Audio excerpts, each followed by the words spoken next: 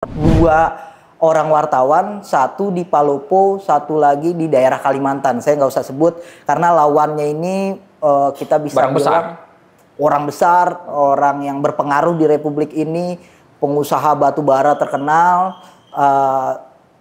Wartawan ini kena undang-undang ITE. MK memaknai bahwa tindakan kepolisian, baik itu pemeriksaan, penggeledahan, penyitaan, pemanggilan, dan sebagainya, itu harus dilakukan setelah melalui Dewan Pers. Di antara keterbatasan tadi, masa sih negara nggak mau melindungi jurnalis? Ya. Begitu.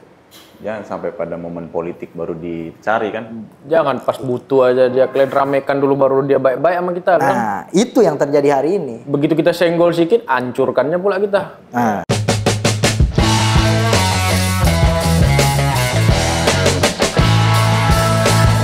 Guys-guysku, assalamualaikum warahmatullahi wabarakatuh. Waalaikumsalam. Kembali lagi di Torpedo, apa kabar kalian semua?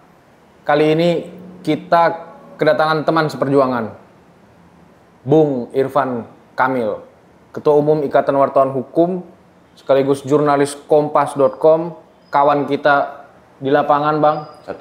Satu profesi, teman seperjuangan, teman sepemikiran yang sehari-hari getol memperjuangkan kebebasan berekspresi dan kondisi pers yang lebih baik.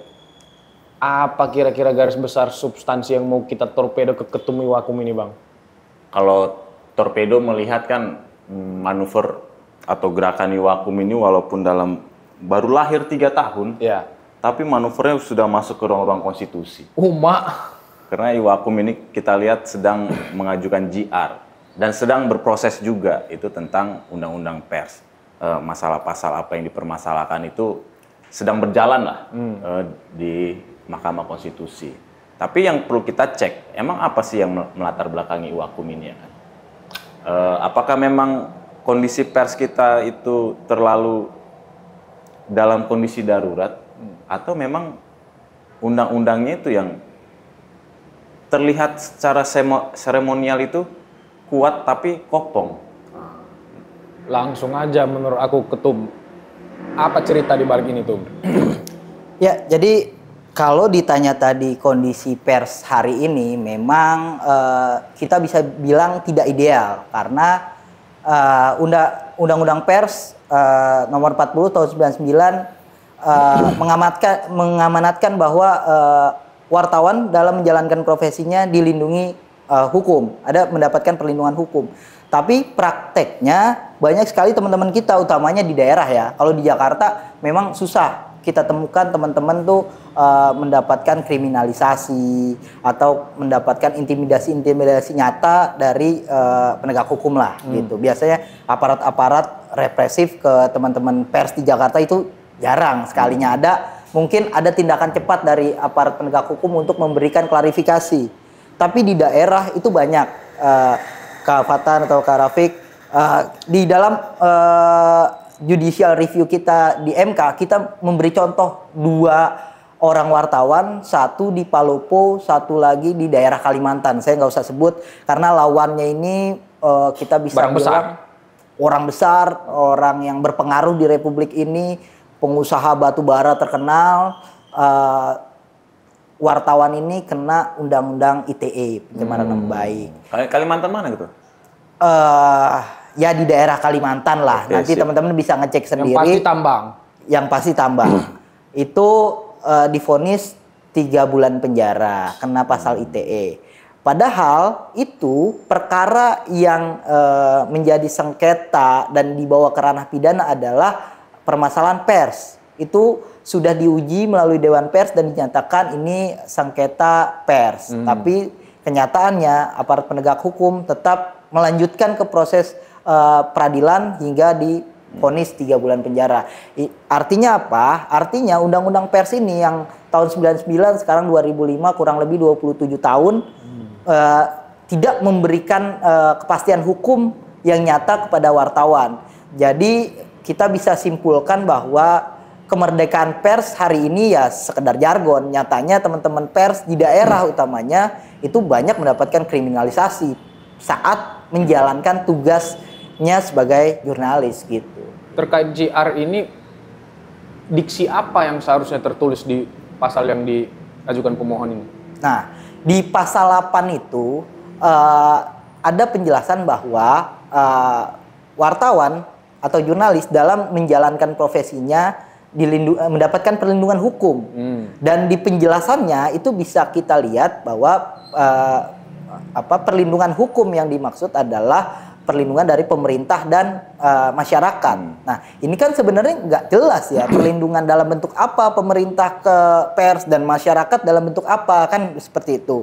Nah, Iwakum tergerak ingin MK memaknai bahwa tindakan kepolisian, baik itu pemeriksaan, penggeledahan, penyitaan, pemanggilan, dan sebagainya, itu harus dilakukan setelah melalui Dewan Pers. Artinya ketika teman-teman wartawan itu dianggap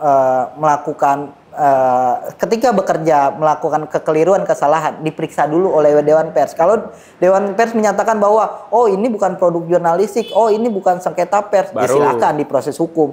Mau dilaporkan gugatan, perdata, atau melaporkan kepolisian, ya silakan.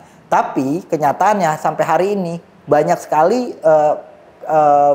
temuan Aji kalau nggak salah itu di tahun 2025 ini ada tindakan-tindakan represif aparat penegak hukum, bahkan kalau nggak salah jumlahnya lebih dari 50 di tahun 2025 ini. Bahkan anggota Iwakum pun digeledah handphonenya ketika di demo beberapa akhir Agustus lalu. Melakukan kegiatan peliputan saat demo begitu. Melakukan kegiatan peliputan, pakai ID pers, jelas.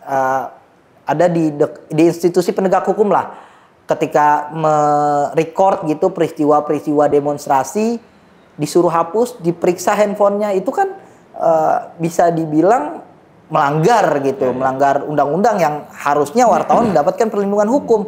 Harusnya ketika aparat penegak hukum gitu melihat teman-teman wartawan di lapangan bekerja, ya dia bisa menunjukkan identitasnya bahwa itu pers, harusnya mendapatkan perlindungan. Oh silakan mas, hati-hati, atau ditempatkan di sudut-sudut tertentu sehingga terlindung dari timpukan batu atau penangkapan.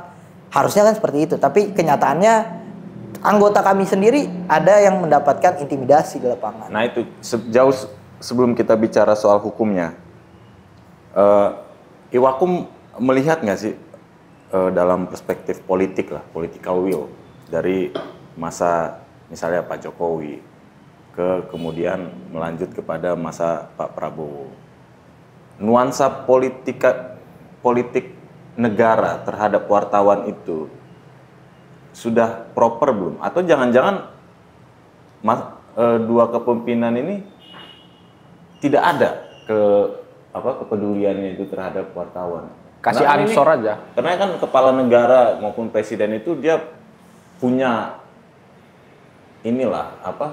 kekuatan lah buat menginstruksikan jajarannya untuk kepada melindungi lah wartawan agar demokrasi ini lebih baik, atau justru malah berbuat sebaliknya. Gimana kalau potret Iwakum? Kalau sejauh pengamatan dan yang kami rasakan di lapangan begitu ya, dan kami selalu setiap minggu, setiap bulan mendapatkan laporan-laporan adanya perubahan lah situasi. Mungkin beberapa tahun lalu kami masih bisa dengan leluasa membuat berita kritik yang membangun terhadap pemerintah begitu. Beberapa bulan lalu itu? Beberapa tahun lalu lah. Oh, beberapa tahun belakangan. Di masa Pak Jokowi ya? Ya, artinya ada sedikit perubahan di rezim ini. Jadi ketika teman-teman wartawan begitu membuat pemberitaan, itu pasti kita membuat berita nggak mungkin salah. Kita membuat berita nggak mungkin berita hoax, nggak mungkin berita palsu, nggak mungkin. Karena kan kita prosesnya panjang dari teman-teman lapangan, sudah pasti ada rekamannya, sudah pasti ditranskrip secara presisi begitu kan. Sehingga ketika berita itu jadi, kita juga nggak mungkin langsung tayang. Masih ada proses gatekeeping di kantor, di redaksi itu masih dicek lagi apakah narasinya betul, apakah logika berpikir beritanya betul. Itu kan prosesnya panjang hingga tayang begitu.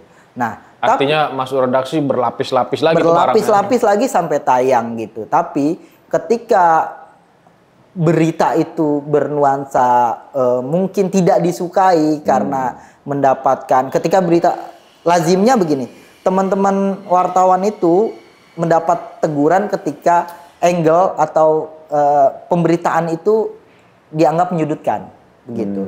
Dianggap nantinya ketika, kan kalau pemberitaan sekarang karena disrupsi media, otomatis setiap perusahaan pers itu punya sosial media masing-masing.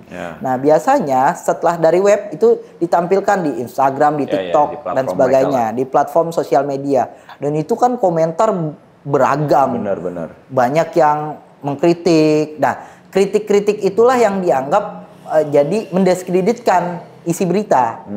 Dan kebanyakan lazimnya beberapa waktu belakangan tokoh-tokoh yang mendapat kritik itu tidak suka atas pemberitaan itu, gitu. Jadi kalau tadi pertanyaannya adalah adakah perubahan, sebenarnya ya di era yang sekarang lebih berasa lah gitu. Berarti agak better periode kedua Pak Jokowi berarti ya, dirasakan teman-teman ya?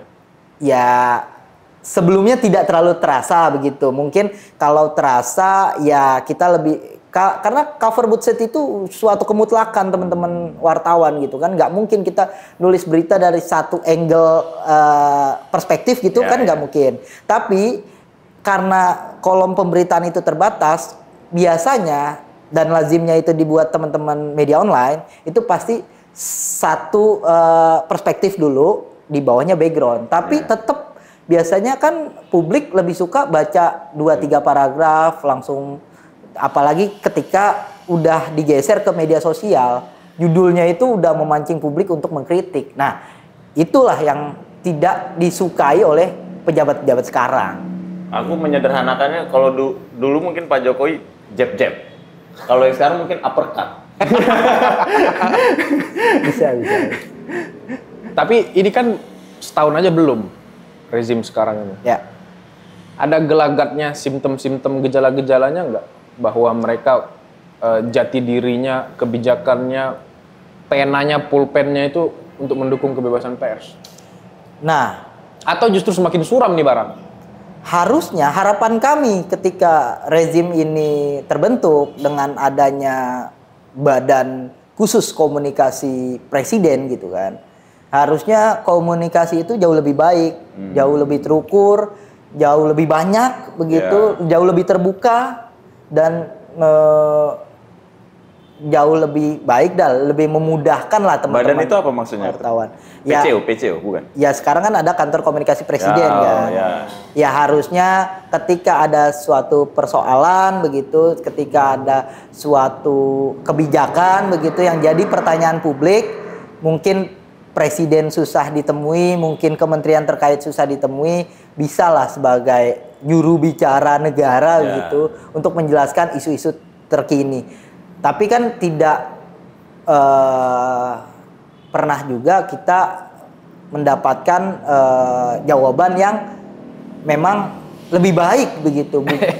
Itu kan juga kita tidak dapatkan gitu. Bahkan pernah kepleset juga ketika teman-teman ada teman jurnalis yang dikirimkan kepala babi teror begitu. Jawabannya juga bukan mendukung tapi menyindir lah gitu. Itu kan juga tidak produktif lah. Masa aja katanya. Gitu. Berarti secara tools memang Iwaku melihat negara memang justru berbuat sebaliknya lah terhadap pers ini, melihat gelagatnya ya. Melihat gelagatnya ke arah sana, tapi kalau terlalu suram juga kami tidak merasa terlalu suram. Terlalu dini ya? Toh kami juga masih bisa liputan dengan baik, toh juga teman-teman di lapangan juga masihlah dalam kondisi-kondisi pemberitaan walaupun tidak kita juga nggak bisa bilang sebebas itu karena memang adalah kesulitan-kesulitan di lapangan dirasakan lah oleh teman-teman, utamanya dalam hal pemberitaan-pemberitaan yang cenderung mengkritik begitu. Ya. Nah, kita skupnya lebih kecil lagi nih. Kemarin Agustus itu kita mendengar juga ada beberapa wartawan mengalami kekerasan lah ya. Bahkan ada juga mendapat kekerasan dari aparat pengamanan. Bahkan ada juga kita mendengar mendapat kekerasan dari masa aksi. Gimana temuan Iwakum itu? Ada ini nggak? Memang ketika informasi yang masuk ke Iwakum cukup banyak. Ya. Yang paling ramai itu memang ada pewarta foto. Itu udah jelas-jelas dia membawa perlengkapan yang terlihat begitu, pers, pakai helm, pakai kamera, ada ID pers, tetap mendapatkan kekerasan oleh kepolisian. Nah, memang setelah itu ada klarifikasi dari aparat penegak hukum ke kantor media dan menjelaskan duduk persoalan, ya intinya damai, yang memang sama-sama dalam kondisi yang hektik begitu. Tapi ada juga kami mendapatkan informasi teman jurnalis yang memang melakukan live di luar tugasnya sebagai jurnalis. Jadi jam kerjanya sudah habis, dia memang ke lapangan, dia untuk kebutuhan pribadinya dia, ya memang itu tidak dibenarkan karena memang itu kan untuk kebutuhan pribadi ya. Nah, sepanjang teman-teman wartawan di lapangan itu melakukan kerja tugasnya memang untuk kebutuhan dirinya dia sebagai wartawan, ya pasti kita beli perlindungan, kita pasti mencarikan pembelaan lah gitu. Tapi kalau misalnya untuk kebutuhan pribadi ya udah pasti Iwakum tidak berdiri di sana. Aku sering baca berita, Bang, ketika ada aksi represivitas dari aparat ke teman-teman jurnalis, diksi-diksi yang digunakan dalam siaran pers Iwakum ini mengecam, mengutuk, mendorong, bla bla bla segala macam. Tapi kayaknya kita lihat kayak angin lalu aja ini barang. Apa yang menurut Abang sehingga berulang kali teman-teman kita dihalangi tugas-tugas yang seharusnya itu dilindungi undang-undang? Nah, makanya temuan kami ini kenapa sih kebanyakan aparat penegak hukum seperti tidak memahami tugas pers yang sebenarnya menjalankan tugas publik. Informasi publik itu yang paling kredibel ya melalui teman-teman wartawan dong, dibanding kecepatan media sosial. Betul. Gitu. Nah, uji materi kami di MK ini mempertegas bahwa uji JR kami di MK itu mempertegas bahwa tugas profesi jurnalis itu dilindungi oleh hukum, gitu. Artinya ketika ini tersiar dengan baik, itu harusnya penegak hukum menyambut. Ketika nanti setelah apapun putusannya dan setidak-tidaknya JR Iwakum ini membuktikan bahwa wartawan itu mendapatkan perlindungan hukum. Jadi ke depan harapannya tidak bisa lagi jurnalis ketika menjalankan profesinya itu diintimidasi, ditekan, bahkan didoxing. Karena apapun yang dilakukan oleh wartawan sepanjang itu memenuhi kaidah jurnalistik, mengikuti kode etik jurnalistik, itu pasti sesuai dengan fakta yang ada, itu sudah pasti begitu. Cukup representatif dan cukup lugas, clear nggak ketika nanti diksi dilindungi pemerintah dan masyarakat itu diganti menjadi mendapatkan perlindungan hukum? Makanya kami disarankan kemarin oleh Hakim Konstitusi penjelasannya itu jangan sampai menyempitkan. Sebetulnya perlindungan undang-undang ke jurnalis ini apakah sudah cukup baik atau jangan-jangan JR ini malah menyempitkan. Makanya kami menekankan sepanjang tidak dimaknai penggeledahan, pemanggilan, penyitaan itu harus melalui pemeriksaan Dewan Pers gitu. Makanya kami ingin Mahkamah Konstitusi itu menekankan bahwa undang-undang pers itu memang leg spesialis, darurat leg generalis, undang-undang yang bersifat khusus mengesampingkan undang-undang umum gitu. Ketika sudah dilakukan diperiksa oleh lembaga berwenang dalam hal ini Dewan Pers, ya silakan diproses hukum. Tapi kalau itu produk pers selesai, tidak bisa lagi diteruskan ke ranah pidana begitu. Termasuk yang telepon atasan minta take down itu bisa nggak dipenjara itu? Nah, harapannya kan itu begitu. Kan menghalangi kerja jurnalistik juga tuh. Nah, memang itu jadi problem tersendiri ya. Ya harus konkret dong ke bawahnya itu. Ya, kalau memang sejauh ini JR Iwakum fokusnya adalah perlindungan hukum, perlindungan pekerjaan ketika di lapangan. Tapi kalau persoalan penekanan secara politik itu sepertinya harus pejabatnya yang memang menyadari bahwa tugas pers itu sebagai watchdog gitu, sebagai pemantau. Harapan Iwakum nih terhadap JR yang dilakukan, postur ke bawahnya itu seperti apa? Apakah termasuk itu soal asuransi kesehatan? Kan kita nggak tahu nih, masih berjalan kan, kemudian soal dia bekerja atau sampai jam kerja atau hanya pada perspektif ini dilindungi oleh negara dan ada sanksinya kalau ketika negara melakukan itu. Gimana itu? Sejauh ini memang penekanan dalam JR Iwakum perlindungan hukum. Tapi harapannya adalah ketika memang perlindungan itu diberikan oleh negara, seharusnya negara juga memahami bahwa tugas jurnalis ini adalah profesi yang paling mulia gitu. Profesi yang memang banyak tantangannya, ya memang dari segi istirahatnya, ya dari segi ancamannya, ya dari segi kesejahteraannya, memang kita bisa bilang, kita bisa simpulkan dan faktanya memprihatinkan. Memang jurnalis itu bisa kita bilang profesi mulia yang menyedihkan, karena memang keterbatasan tadi, dan di antara keterbatasan tadi, masa sih negara nggak mau melindungi jurnalis? Begitu. Jangan sampai pada momen politik baru dicari kan. Jangan pas butuh aja dia kalian ramekan dulu baru dia baik-baik sama kita kan. Nah, itu yang terjadi hari ini. Begitu kita senggol sedikit, hancurkannya pula kita. Nah, kita lihat nih para pihak yang terlibat dalam gugatan ini nih. Siapa aja?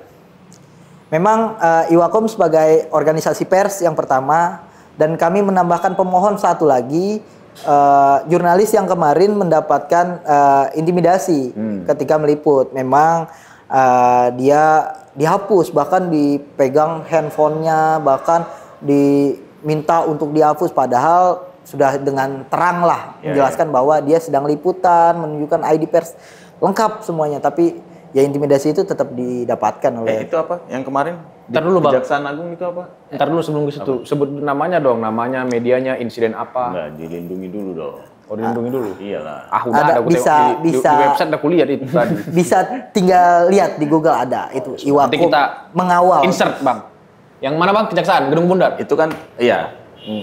Ex direktur Jak TV, Tian ya. Itu kan presiden baru juga terhadap ya walaupun dia bermain di wilayah medsos kemudian menjadi korlap, tapi kan tidak bisa kita pungkiri bahwa dia melakukan aktivitas jurnalisme lah ya, walaupun berapa persen. Itu Iwakum bagaimana melihatnya? Apakah itu tidak masuk unsur sebagai sampel? Emang berita negatif bisa mengganggu ya? Nah, itu kalau Iwakum secara proporsional melihat ketika Kejaksaan Agung dalam hal ini aparat penegak hukum yang melakukan proses hukum saat itu menyatakan bahwa berita negatif ini menjadi dasar perintangan penyidikan, itu kami nggak setuju dong. Kami nggak setuju. Wow, semua wartawan bisa masuk penjara kalau begitu ceritanya. Tapi makanya diklarifikasi sama Kejaksaan Agung akhirnya bahwa ada kerjasama di sana yang membuat timbulnya perbuatan melawan hukum. Tapi kita harus tekankan bahwa berita apapun, berita negatif apapun tidak bisa dijadikan bahan untuk merintangi penyidikan. Masa gara-gara berita terus penyidikan berantakan, kan nggak gitu. Itu nggak masuk akal. Itu yang jadi concern kami. Tapi itu tidak dimasukkan ya dalam sebagai... Tidak dimasukkan, tapi artinya itu akan ditarik nantinya. Perlindungan itu termasuk ketika teman-teman membuat berita yang tidak disukai, baik itu institusi, orang per orang. Ketika, ya kan nggak bisa juga kita nggak suka dengan pemberitaan, sedangkan pemberitaan itu memuat fakta peristiwa, begitu. Kalau kita lihat juga ini gugatannya disidangkan di ruang utama ya? Ya, di ruang apa itu namanya Pak Ketua? Ruang utama gedung MK dan diperiksa oleh ketua MK sendiri. Jarang-jarang itu. Itu kalau melihat nuansa kebatinan diletakkan pada ruang utama, kemudian ketua yang memeriksa, ada arah ini kayak dikabulkan nggak sih? Ya, kami meyakini, Iwakum meyakini kami sudah membedah sedemikian rupa. Kami bahkan sudah bikin diskusi publiknya. Kami mengundang Dewan Pers, AJI, LBH Pers di sana. Dan memang pasal 8 itu, perlindungan hukum terhadap jurnalis itu memang multitafsir. Kemultitafsiran inilah yang membuat aparat penegak hukum ataupun biasanya mereka sewenang-wenang karena nggak tahu wartawan ini dilindungi oleh undang-undang gitu. Jadi kalau ditanya soal bagaimana nasib JR ini ke depannya, ya kami meyakini Mahkamah Konstitusi pasti menjaga bahwa demokrasi ini harus tetap berjalan, pendapat-pendapat publik, ruang-ruang publik harus dibuka selebar-lebarnya, sekritis-kritisnya, sehingga publik mendapatkan sesuatu yang tidak satu pintu gitu. Ya. Itu sih. Ada harapan itu di MK menurut Ketua? Dengan rekam jejaknya yang kita bisa cek juga di Google, entah apa-apa aja yang dia udah putuskan kan? Ya memang, ya inilah membuktikan bahwa MK itu sebagai garda terdepan konstitusi, ya MK harusnya bisa dengan jelas dan terang melihat kondisi jurnalis ini dalam posisi yang tidak baik-baik saja dan harus mendapatkan perlindungan yang jelas. Dan kalau kita berharap ada perubahan undang-undang di DPR, itu butuh waktu dan proses yang panjang begitu. Sedangkan pasalnya sudah ada. Tinggal ditegaskan saja oleh MK bahwa normanya Ketua ya. Memang jurnalis ini harus dapat perlindungan, tidak boleh terjadi pemanggilan, pemeriksaan dan sebagainya oleh polisi, tidak boleh dilakukan laporan kepolisian ataupun gugatan perdata sepanjang menjalankan profesinya, sepanjang sudah diperiksa oleh Dewan Pers. Itu yang kami tekankan di sana. Sudah agenda keberapa ini Ketua? Pemeriksaan keberapa? Saat ini udah masuk kemarin pemeriksaan perbaikan. Nanti kita tunggu sidang berikutnya apakah lanjut kepada manggil para pihak. Dalam hal ini DPR, pemerintah, mungkin Komdigi atau pihak terkait, Dewan Pers, atau nanti diputus. Kalau menurut MK perkara ini sangat mudah dan jelas, terang untuk diputus, ya bisa langsung diputus gitu. Ada mendapatkan ini tidak support, bukan dari profesi wartawan ya, dari teman-teman misalnya teman-teman hukum atau teman-teman guru besar lah, akademisi selain wartawan itu? Ya kemarin kebetulan ketika kami sidang perdana begitu, banyak juga kolega-kolega penegak hukum gitu yang memang WhatsApp bahwa oh iya betul juga ya teman-teman wartawan ini perlindungannya nggak pernah jelas. Bahkan banyak yang nggak tahu, wartawan pun nggak tahu bahwa mereka dilindungi undang-undang. Dan ada juga guru besar yang memang secara pro bono bilang kalau butuh saya jadi ahli, saya mau mas. Dosen-dosen hukum kalau perlu ahli dari ahli hukum pidana, saya siap mas. Gitu. Jadi artinya dukungan-dukungan ini bahkan datang dari mereka-mereka yang concern di hukum gitu. Ini kita harus cek juga nih, kenapa publik pasti kan bertanya-tanya nih, Iwakum ini baru 3 tahun udah mejeng sana sini, terlalu trending topik kan kalau ada suatu isu yang menyangkut kewartawanan. Siapa sih di belakangnya ini gitu? Ya kalau memang ditanya sejarahnya Iwakum gimana sih gitu kan? Benar. Ya memang kita terlahir dari kebingungan tahun 2022 itu, kondisi corona membuat kita keterbatasan liputan kan. Nah ada yang terlalu senior, ada yang terlalu baru sehingga jaringannya terputus tuh di corona. Nah di situ ada jurnalis senior dulu pendiri Iwakum, sekarang udah jadi hakim di Pengadilan Negeri Jakarta Pusat, hakim khusus tipikor. Hakim ad hoc tindak pidana korupsi. Itu salah satu pendiri lah Iwakum dulu. Karena memang kita ingin teman-teman wartawan ini mendapatkan pengetahuan, pengalaman, dan jaringan yang baik gitu. Dulu cita-citanya seperti itu.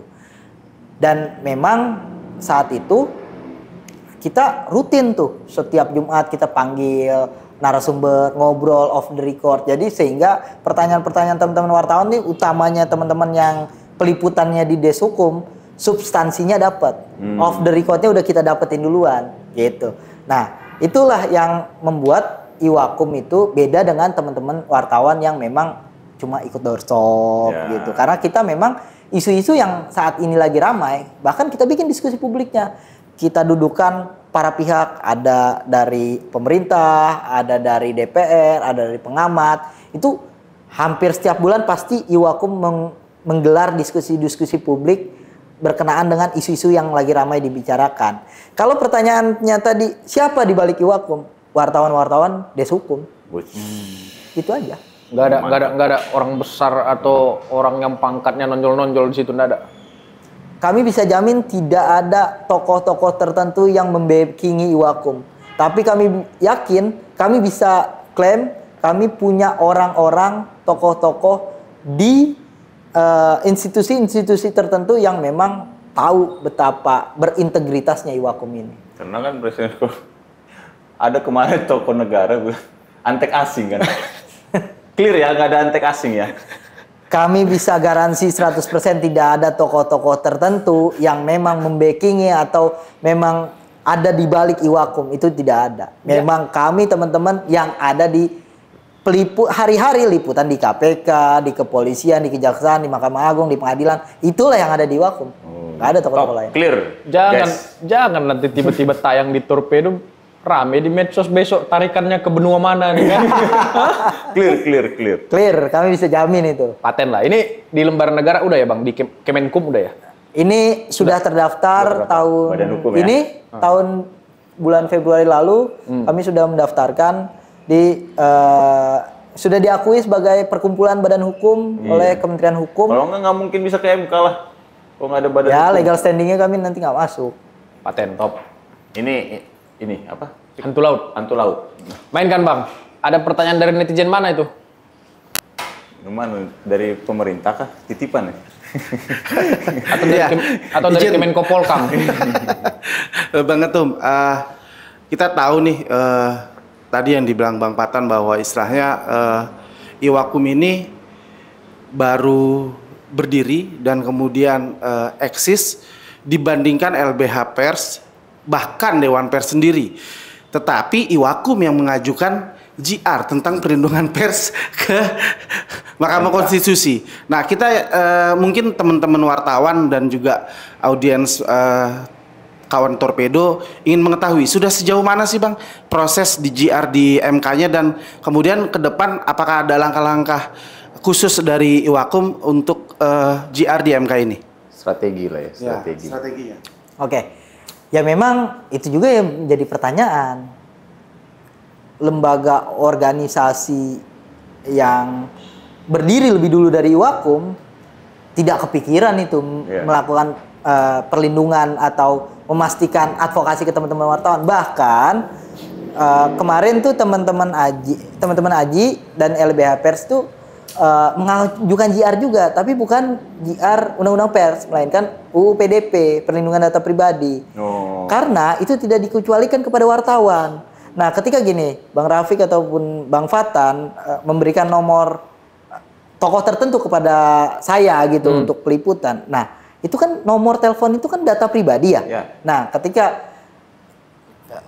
Bang Fatan minta nomor Bang Dasko dong misalnya. Ketika Bang Fatan kasih nomor Bang Dasko, Bang Fatan sebagai wartawan juga sudah melanggar data pribadi.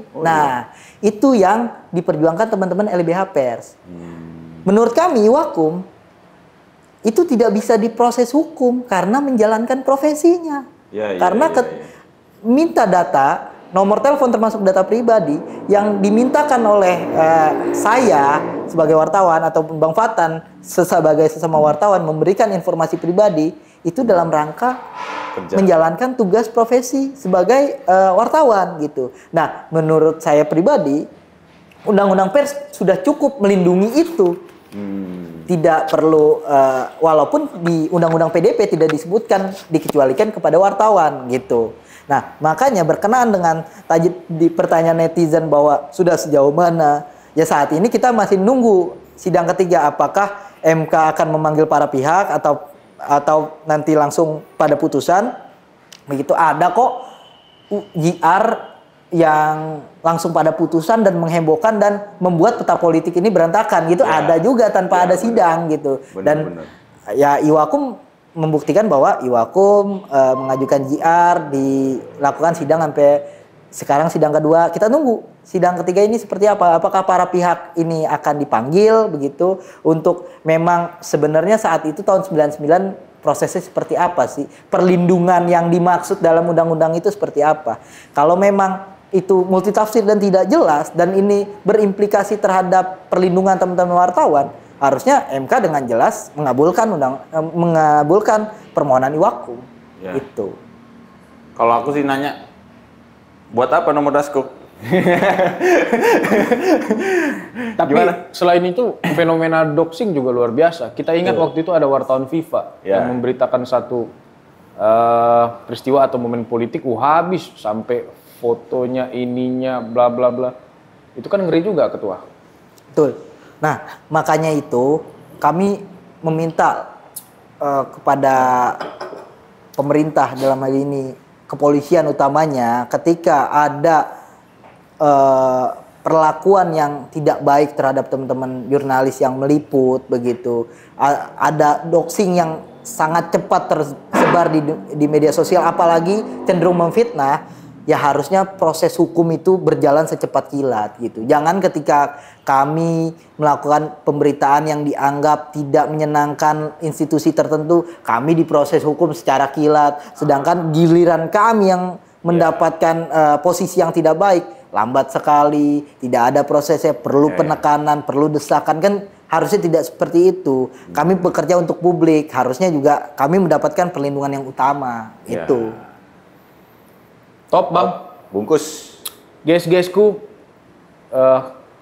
kita Torpedo maupun di depan layar, belakang layar mendukung penuh apa yang dilakukan oleh Iwakum, Bang. Ya, support. Terima kasih. Pengujian 100%. Pasal 8 di Undang-Undang Pers, dan aku mau tekankan bahwa jurnalis itu adalah representative of public, mewakili publik. Dia adalah wakil publik. Makanya ketika ada satu giat wartawan diundang, si pejabat makan prasmanan, wartawannya makan nasi kotak, nggak bisa, bos. Yaitu menghina publik. Dia pun harus makan prasmanan. Disitulah kesetaraan antara pemerintah dan publik terjadi.